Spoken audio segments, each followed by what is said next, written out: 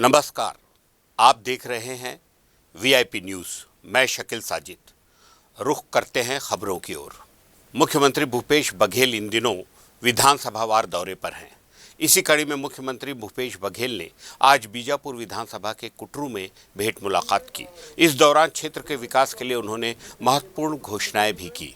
कुटरू में स्वामी आत्मानंद अंग्रेजी माध्यम स्कूल खोलने की घोषणा, ग्राम पंचायत अड्डावली में खेल मैदान निर्माण के अलावा अनेक घोषणाएं की। एक साधारण से और फरसेगढ़ मिरतुर में नवीन धान खरीदी केंद्र खोलने की भी घोषणा करता हूं। अब बच्चे लोग हैं, अब कॉलेज भी खुल जाएगा, स्वामी आत्मानंद अंग्रेजी स्कूल भी रहेगा और यहाँ स्टेडियम नहीं रहेगा तो कैसे लगेगा, इसलिए यहाँ भी मिनी स्टेडियम खोलने की घोषणा करता हूं। आप सबको बहुत बहुत धन्यवाद। आप सबने ध्यान से सुना। बस्तर की संस्कृति, बस्तर के जनजीवन, इसको संरक्षित संवर्धित करने का काम हमारी सरकार कर रही है। चाहे माता गुड़ी हो, चाहे देवगुड़ी हो, उसके निर्माण और उसके बाद जितने भी हमारे बैगा है, हाट पारिया है, मोहरिया है, बुनिया है, इन सब के लिए भी हम लोग मान देंगे। पूर्व मुख्यमंत्री डॉक्टर रमन सिंह राष्ट्रीय पदाधिकारियों की बैठक में शामिल होने आज जयपुर रवाना हुए। जाने से पहले रायपुर एयरपोर्ट में मीडिया से बातचीत करते हुए बताया कि राष्ट्रीय पदाधिकारियों की बैठक रखी गई है, जिसमें शामिल होने जा रहा हूं। मुख्यमंत्री भूपेश बघेल से नक्सलियों की चर्चा पर कहा कि कांग्रेस की भूमिका लगातार बदलती रहती है। जब चाहे जो बयानबाजी कर देते हैं, फिर उस बयान को दूसरे बयान में बदल देते हैं। ज्ञानवापी मुद्दे पर पूर्व मुख्यमंत्री ने कहा कि यथार्थ और सच्चाई न्यायालय के आदेश का निराकरण होना चाहिए। जयपुर राष्ट्रीय पदाधिकारियों की बैठक है और पदाधिकारियों की बैठक में मुख्य रूप से राष्ट्रीय अध्यक्ष जी नड्डा जी उपस्थित रहेंगे और उनका मार्गदर्शन रहेगा। और राष्ट्रीय महामंत्री संतोष जी, मुझे लगता है कि सबसे महत्वपूर्ण विषय जो वहाँ पे चर्चा में आएगा, 30 मई होते होते माननीय नरेंद्र मोदी जी की सरकार के 8 साल पूरे हो रहे हैं और 8 साल में जो परिवर्तन देश के अंदर आया, एक आत्मविश्वास देश के अंदर जागृत हुआ, जो डेवलपमेंट के काम हुए और जो 190 करोड़ से ज़्यादा लोगों को वैक्सीन देने की व्यवस्था निःशुल्क में की, 80 करोड़ लोगों के लिए भोजन की व्यवस्था लगातार 10 महीने तक करते रहे। इसके साथ ही साथ गांव गरीब और किसान के लिए जो कार्य योजना बना के काम किया, इसको जन जन तक पहुंचाने का कार्य योजना होगा। और दूसरा, छत्तीसगढ़ में जो अब संगठन की गतिविधि चल रही है, जो अभी हमारे यहाँ पूरे प्रदेश व्यापी हम शक्ति केंद्र विस्तारक योजना का काम कर रहे हैं, उसके बारे में भी एक जानकारी दी जाएगी और आगामी कार्यक्रम के बारे में भी चर्चा, छत्तीसगढ़ के अंदर हमारी जो कार्य योजना है उस पर भी विचार होगा। प्रभारी मंत्री रविंद्र चौबे की अध्यक्षता में आज कलेक्टोरेट परिसर स्थित रेड क्रॉस सभा कक्ष रायपुर में समीक्षा बैठक हुई। बैठक में शासन की प्राथमिकता वाली विभिन्न योजनाओं की समीक्षा की गई। कृषि मंत्री ने बैठक में अलग अलग सरकार द्वारा चलाई जा रही योजनाओं की समीक्षा कर अधिकारियों को निर्देश भी दिए। बैठक में कलेक्टर सौरभ कुमार सहित अन्य अधिकारी मौजूद रहे। आज रायपुर जिले के विकास कार्यों सहित राज्य सरकार की जो महत्वाकांक्षी योजनाएं हैं, आदरणीय मुख्यमंत्री जी की जो फ्लैगशिप प्रोग्राम है, उसके इम्प्लीमेंटेशन के बारे में संपूर्ण विभागों की आज समीक्षा करने के लिए समीक्षा बैठक रखी गई थी। जिले के सारे अफसरान मौजूद थे। हमारे रायपुर जिले में जो विकास के काम हो रहे हैं, जो हमारी योजनाएं हैं, राजीव गांधी किसान न्याय योजना, गोधन न्याय योजना, खेतिहर मजदूर, कृषि भूमिहीन मजदूर न्याय योजना सहित अन्य योजनाओं में किस तरीके से काम चल रहा है, जल जीवन मिशन के अंतर्गत हम लोग किस तेजी से काम कर पा रहे हैं और रायपुर शहर में और क्या क्या जो विकास के काम हो रहे हैं, रायपुर जिले में क्या क्या काम हो रहे हैं, उसकी विस्तृत समीक्षा की गई। नंबर 1। नंबर 2, आदरणीय मुख्यमंत्री श्री भूपेश बघेल जी ने सभी 90 विधानसभा क्षेत्रों में भेंट मुलाकात और दौरा का कार्यक्रम बनाया हुआ है। सौभाग्य से सरगुजा संभाग में अधिकांश विधानसभा क्षेत्रों में हो गया। आज बस्तर संभाग में आदरणीय मुख्यमंत्री जी का विजिट का दूसरा दिन है। आने वाले जून के महीने में रायपुर जिले का भी माननीय मुख्यमंत्री जी का कार्यक्रम बनेगा। उसके पूर्व भी उनके विजिट के पहले सारे कार्यों की समीक्षा हमने किया है और हमें खुशी है कि रायपुर जिला प्रशासन और हमारे जिले के अधिकारियों ने बेहतर तरीके से काम करने का प्रयास किया है। आने वाले समय में इससे भी और बेहतर कैसे हो सकता है उसके संदर्भ में हम लोगों ने दिशा निर्देश जारी किया है। जोगी कांग्रेस की राष्ट्रीय अध्यक्ष और विधायक डॉक्टर रेणु जोगी की तबीयत अचानक खराब हो गई। उनके पुत्र अमित जोगी ने बताया कि डॉक्टर रेणु जोगी को हाई ब्लड प्रेशर की शिकायत होने पर मंगलवार की शाम श्री नारायणा अस्पताल में भर्ती कराया गया, जहां उनकी हालत अब स्थिर है। शाम को जब उनका ब्लड प्रेशर नापा गया तो बढ़ा हुआ था, इसलिए एहतियात के तौर पर उन्हें यहाँ अस्पताल लाया गया है। कल रात उन्हें निगरानी में रखा गया था। अभी उनका ब्लड प्रेशर नॉर्मल है और धीरे धीरे वे स्वस्थ हो रही हैं। मैं आपके दर्शकों से यही विनती करूंगा कि डॉक्टर श्रीमती रेणु जोगी जी, मेरी माँ के शीघ्र स्वास्थ्य लाभ की वे प्रार्थना करें। कल हम लोगों ने कोरोना का भी टेस्ट कराया तो कोरोना तो नहीं था।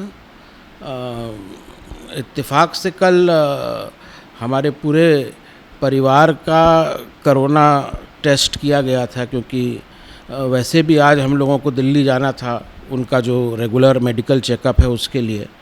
और इत्तेफाक से जब वो RT-PCR टेस्ट हो रहा था तो ब्लड प्रेशर भी नापा गया तो एकदम से देखा कि बहुत बढ़ा हुआ था, इसलिए उनको यहाँ पे अस्पताल में लाया गया। कल उनकी सूक्ष्मता से जांच करी गई और आज भी उन्हें निगरानी में रखा है। मैं कहूँगा कि कल से और आज में उनकी सेहत में बहुत सुधार है। ब्लड प्रेशर अब काबू में लगभग हो ही गया है और उम्मीद करता हूं कि बहुत जल्द ही वे अच्छी होकर घर लौटेंगे। डॉक्टर रेणु जोगी जी की सूक्ष्मता से सभी अंगों की उनके बॉडी की जांच की जा रही है। ब्लड प्रेशर कल जो बढ़ा हुआ था वो आज काफ़ी हद तक सामान्य स्थिति में आ गया है। कार्डियोलॉजिस्ट, न्यूरोलॉजिस्ट, चीफ इंटेंसिविस्ट की निगरानी में डॉक्टरों की टीम में वो हैं। आज बाकी जांचें आ जाएं, उसके बाद हम कुछ कह पाएंगे कि क्या कारण है और आगे क्या ट्रीटमेंट प्रोटोकॉल अपनाया जाना है। उम्मीद करते हैं 1-2 दिन, लेकिन सब कुछ डिपेंड करेगा कि आज बाकी इन्वेस्टिगेशंस कैसी हैं, क्योंकि हम सभी चीज़ों को विस्तार से जांच कर रहे हैं। हम कोई चीज़ छोड़ना नहीं चाहते और परिवार की उसमें सहमति है कि आप जितना भी टाइम लगे लेकिन अच्छे से जांच कर लें सभी। लेते हैं एक छोटा सा ब्रेक।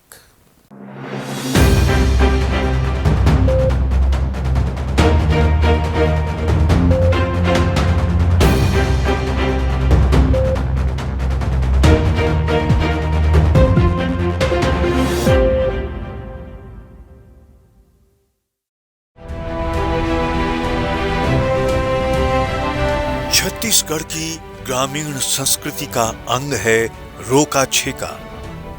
रोका छेका यानी सुरक्षा फसलों और पशुधन की। पशुधन से लाभ का अनूठा अभियान गौठान। गौठानों में गोबर से बनती है जैविक खाद, किसानों को मिलता है आर्थिक प्रतिसाद। गौठान ग्रामीण अर्थव्यवस्था का नया अध्याय। गौठानों से मिल रहा है ग्रामीणों, गोबर विक्रेताओं और गौठान समितियों को नकद लाभ। गौठान स्व सहायता समूहों के रोजगार और आय का एक क्रांतिकारी अनुष्ठान। छत्तीसगढ़ के किसानों का सपना हुआ साकार।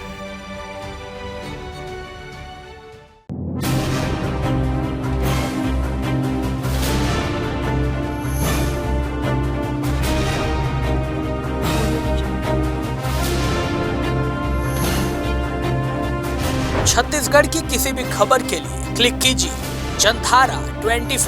हमने जीता है 25 लाख से ज्यादा पाठकों का विश्वास। सूचना और खबरों की बाढ़ के बीच भरोसे का नाम है जनधारा 24। अपडेट रहने के लिए आज ही गूगल प्ले स्टोर से डाउनलोड करिए जनधारा 24 का मोबाइल ऐप।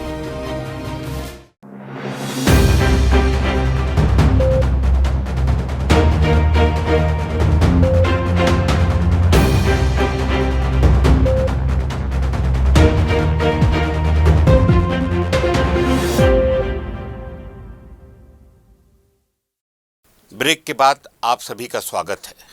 राजधानी रायपुर में फर्जी कॉलेज खोलकर छात्र छात्राओं से करोड़ों रुपए की ठगी का मामला सामने आया है।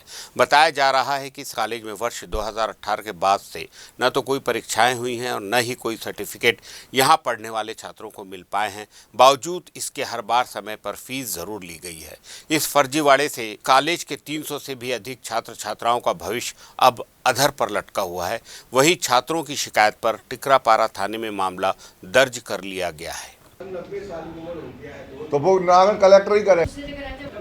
इसमें आवेदन लड़कों को द्वारा दिया गया था कि हमको पैरामेडिक कोर्स के बहाने यहाँ साई कॉलेज के नाम से उन्होंने खोला संस्थान और स्टडी कराने के दौरान शहडोल में श्री राम कॉलेज के माध्यम से एग्ज़ाम कॉन्टेक्ट कराते थे। लेकिन 2018-19 के एडमिशन हुए थे, उन बच्चों का नहीं हो पाया एडमिशन, ना ही परीक्षा हो पाई। जब वहाँ साइंस संस्थान के मालिक पांडे से पूछा गया तो उसने बोला कोविड वजह से नहीं हो पाया, उस संबंध केस कोर्ट में चल रहा है। तारीख इस महीने 10 जून को हियरिंग है, उसमें फाइनल होगा एग्ज़ाम के संबंध में।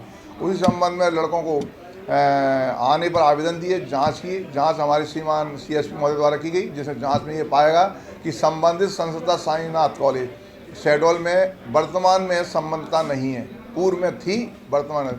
जांच में ये पाया गया संबंधित संस्थान द्वारा लड़कों को फार्म भरा के फीस लेके उस नाम धोखाधड़ी किया। इस प्रकरण में 420 कायम का अपराध पंजीबद्ध किया, विवेचना में लिया गया है। दुर्ग न्यायालय ने दहेज संबंधी मामले में एक अहम फैसला सुनाया है, जिसमें राजीनामा होने के बाद भी ससुराल वालों के विरुद्ध 420 का अपराध दर्ज करने का आदेश जारी किया है।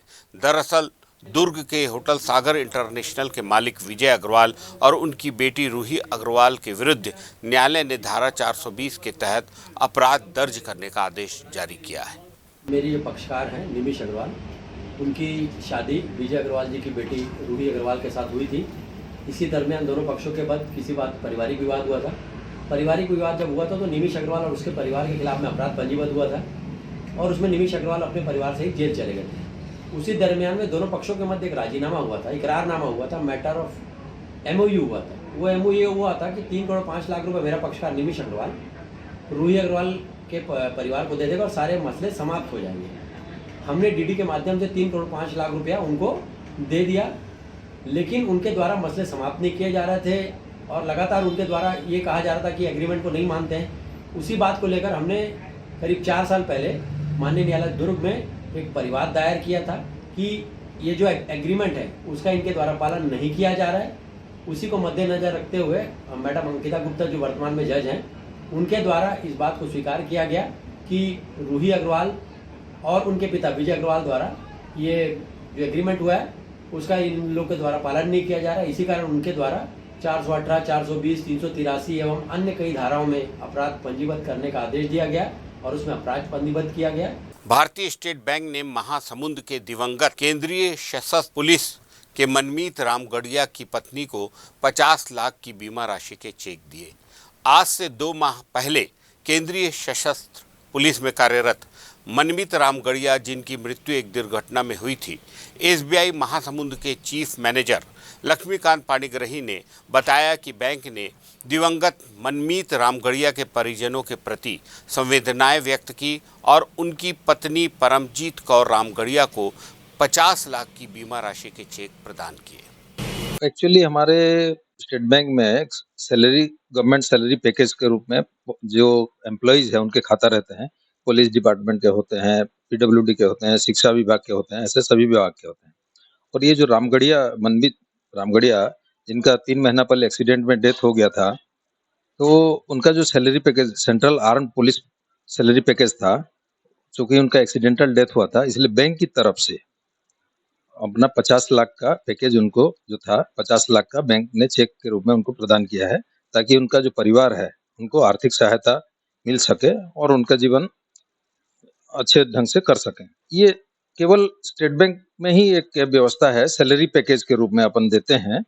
जो सरकारी विभागों में जितने भी एम्प्लॉइज हैं उन सभी विभाग के लिए व्यवस्था रहता है। हमारे यहाँ जो सैलरी अकाउंट है वो अकाउंट मेंटेन रहता है, तो उनके हम बैंक अपनी तरफ से उसका प्रीमियम पे करती है, कस्टमर से कोई एक पैसा भी नहीं लिया जाता है।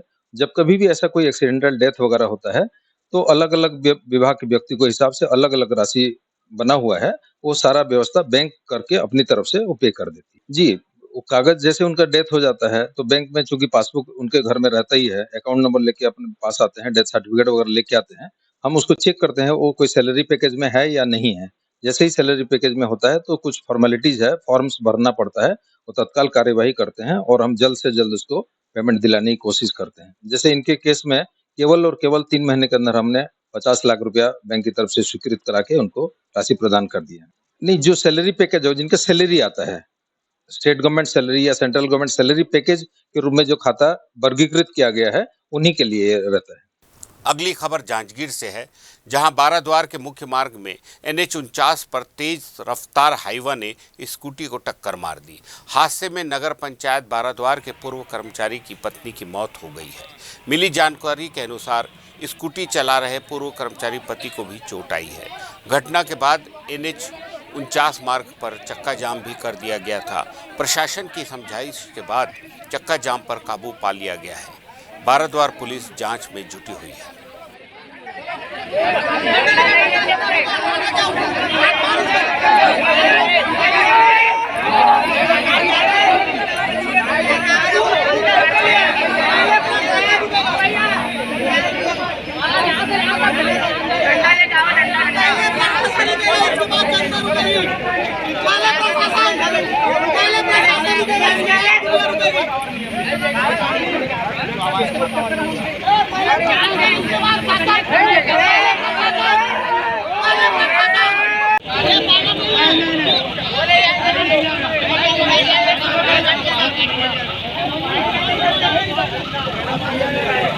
अगली खबर भिलाई से, जहां इस्पात मंत्रालय के अधीनस्थ फैरो स्क्रैप निगम लिमिटेड कंपनी, जो कि अपने स्थापना काल से सरकार को लगातार लाभ ही देती आ रही है, उसे अभिव्यक्ति की रुचि के तहत करोड़ों के सरकारी उपक्रम को कौड़ियों के दाम नीलाम करने की तैयारी केंद्र सरकार ने कर ली है। बता दें कि भिलाई के इक्विपमेंट चौक पर स्थित FSNL के मुख्यालय में कंपनी को बचाने नारे लगाते हुए इन कर्मचारियों का कहना है कि या तो इस कंपनी का विलय स्टील अथॉरिटी ऑफ इंडिया में कर दिया जाए या फिर इसके 11 ब्रांचों में कार्यरत लगभग 5000 कर्मियों को इसी तरह की समानांतर किसी कंपनी में रख लिया जाए। जानकारी तो यह भी है कि इस 400 करोड़ के टर्नओवर वाली FSNL कंपनी को महज 150 करोड़ के टर्नओवर वाली कंपनी को सौंपने की प्रक्रिया शुरू भी हो चुकी है।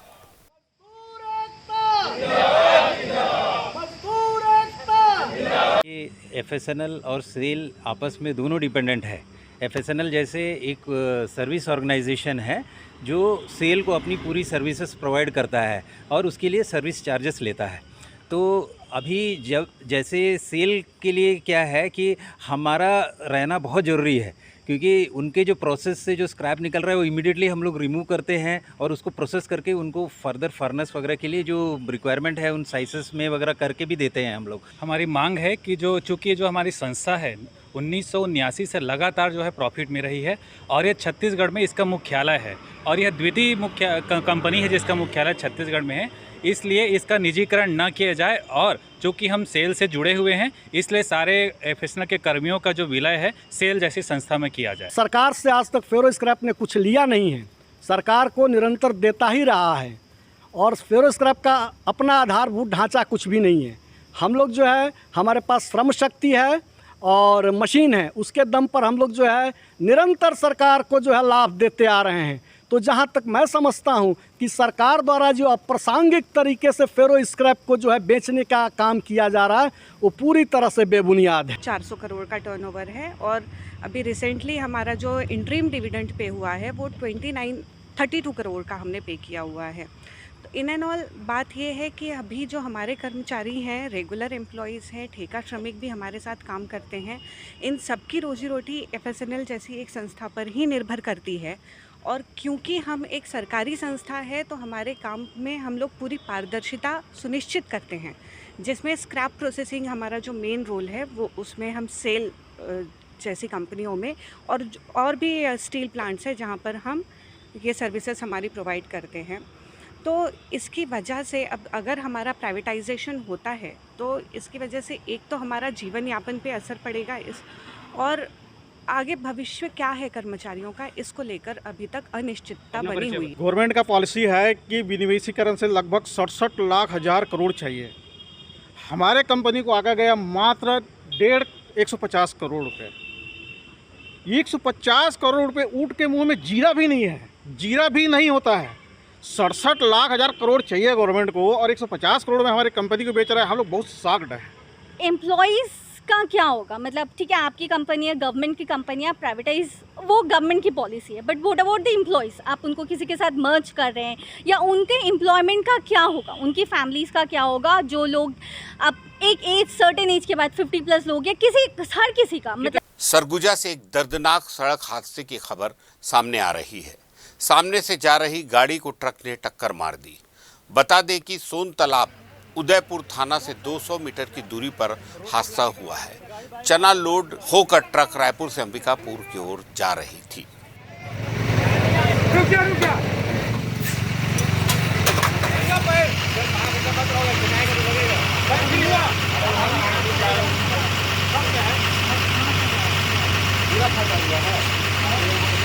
कवर्धा के लोहारा थाना अंतर्गत ग्राम पैलपार में बिजली खंभे के करंट की चपेट में आने से गांव के 8 गौवंश की मौत हो गई। ग्राम के कोटवार भोलाराम बंजारे ने बताया कि शाम को तेज आंधी तूफान के चलते खेत में बिजली का खंभा गिरा पड़ा हुआ था। वहीं गांव की गौवंश चारा चरते समय खेत की ओर गई, तभी बिजली खंभे की करंट की चपेट में आने से उनकी मौत हो गई। इस पूरे मामले पर ग्रामीणों ने बिजली विभाग की लापरवाही की बात कही है।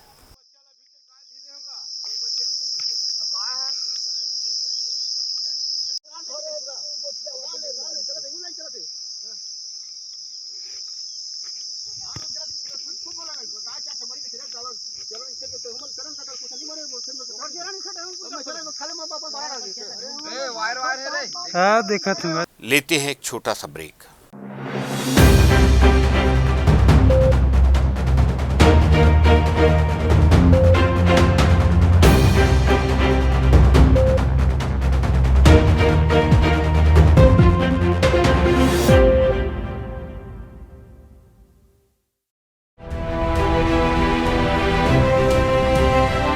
छत्तीसगढ़ की ग्रामीण संस्कृति का अंग है रोका छेका। रोका छेका यानी सुरक्षा फसलों और पशुधन की। पशुधन से लाभ का अनूठा अभियान गौठान। गौठानों में गोबर से बनती है जैविक खाद। किसानों को मिलता है आर्थिक प्रतिसाद। गौठान ग्रामीण अर्थव्यवस्था का नया अध्याय। गौठानों से मिल रहा है ग्रामीणों, गोबर विक्रेताओं और गौठान समितियों को नकद लाभ।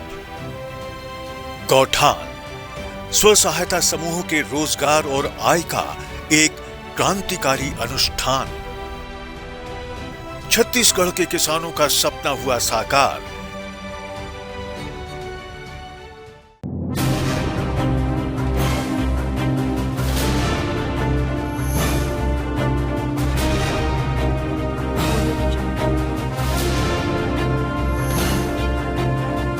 छत्तीसगढ़ की किसी भी खबर के लिए क्लिक कीजिए जनधारा 24। हमने जीता है 25 लाख से ज्यादा पाठकों का विश्वास। सूचना और खबरों की बाढ़ के बीच भरोसे का नाम है जनधारा 24। अपडेट रहने के लिए आज ही गूगल प्ले स्टोर से डाउनलोड करिए जनधारा 24 का मोबाइल ऐप।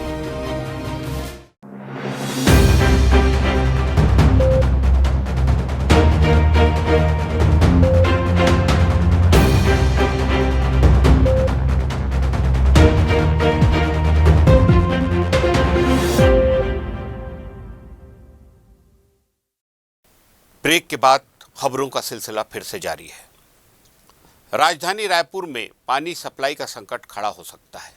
दरअसल रायपुर स्थित फिल्टर प्लांट ठेका प्रथा पर चल रहा है और यहां काम करने वाले कर्मचारियों की माने तो बीते 4 से 5 माह से बिना उनकी जानकारी के उनके वेतन काट दिए जा रहे हैं, जिसके चलते फिल्टर प्लांट में काम करने वाले सभी कर्मचारियों ने काम बंद कर हड़ताल की शुरुआत कर दी है।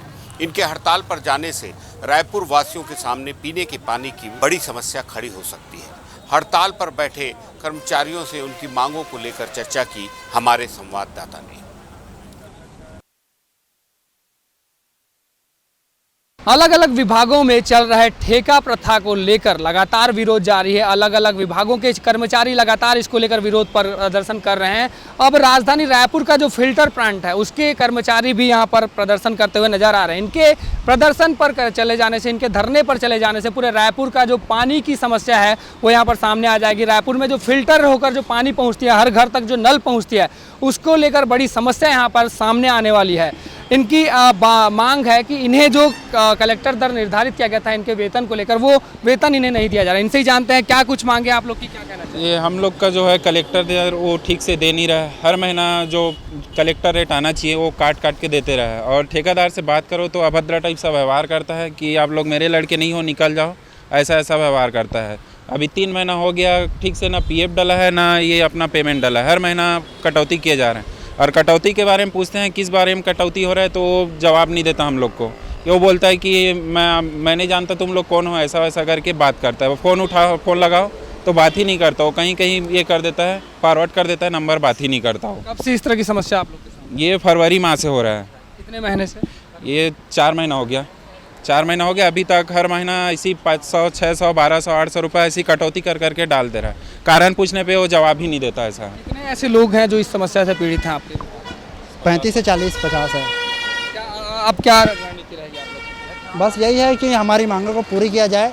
हम लोग ने जुलाई से जैसे ज्वाइन किया ना, तो अभी तक 10 महीना हो गया है, लेकिन PF अभी तक दिया नहीं गया। हर बार बोलते हैं, हर महीना डेट दिया जाता है कि 1 सप्ताह बाद आओ, 2 सप्ताह बाद आओ, लेकिन बातों को सुना नहीं जाता है। अधिकारीगण भी मतलब ना ध्यान देते नहीं है। हर बार बोलने अलग अलग काम है आप लोग का। अब आप लोग के आंदोलन पर चले जाने से क्या प्रॉब्लम? पानी सप्लाई में ठप हो जाएगा, कुछ प्रॉब्लम आएगा तो उसमें दिक्कत हो जाएगा। सबका अलग अलग लाइन है। फिल्टर में कोई नहीं रहा तो देख रेख कौन नहीं कर पाएगा तो उसमें दिक्कत आ जाएगा। बिजली वाले हैं तो बिजली कुछ प्रॉब्लम आ जाएगा तो उसमें दिक्कत होगा, तो फिर मोटर वगैरह बंद हो जाएगा, उसमें दिक्कत हो जाएगा। पंप मोटर चालू करने वाला नहीं है तो उसमें हो नहीं रहेगा तो मोटर कौन चालू करेगा, ऐसा ये दिक्कत आ जाएगा। ये आप देख सकते हैं, ये कहने को तो 35 से 40 लोग हैं, लेकिन पूरी रायपुर की जो पानी की व्यवस्था है इन्हीं पर टिकी हुई है। और अब इनके हड़ताल पर चले जाने से निश्चित रूप से एक बड़ी समस्या राजधानी रायपुर वासियों के सामने खड़ी हो सकती है। अब देखने वाली बात यह होगी कब तक इनकी मांगों पर ठेकेदार और प्रशासन विचार करते हैं। कैमरा पर्सन अमीन कुरैशी के साथ अंकित मिश्रा की report, VIP news Raipur. Chhattisgarh मुस्लिम संगठन द्वारा सामूहिक विवाह का आयोजन बड़े ही धूमधाम से किया गया, जिसमें छत्तीसगढ़ के अलग अलग शहरों के 17 जोड़ों ने एक साथ निकाह पढ़ा। बारात सामूहिक रूप से शहर के मुख्य मार्ग से होते हुए होटल ग्रीन पाम पहुंची। छत्तीसगढ़ मुस्लिम संगठन के प्रदेश अध्यक्ष ने बताया कि यह आयोजन विगत 19 वर्षों से हो रहा है, जिसमें सैकड़ों जोड़ों का विवाह आज तक संपन्न हुआ है।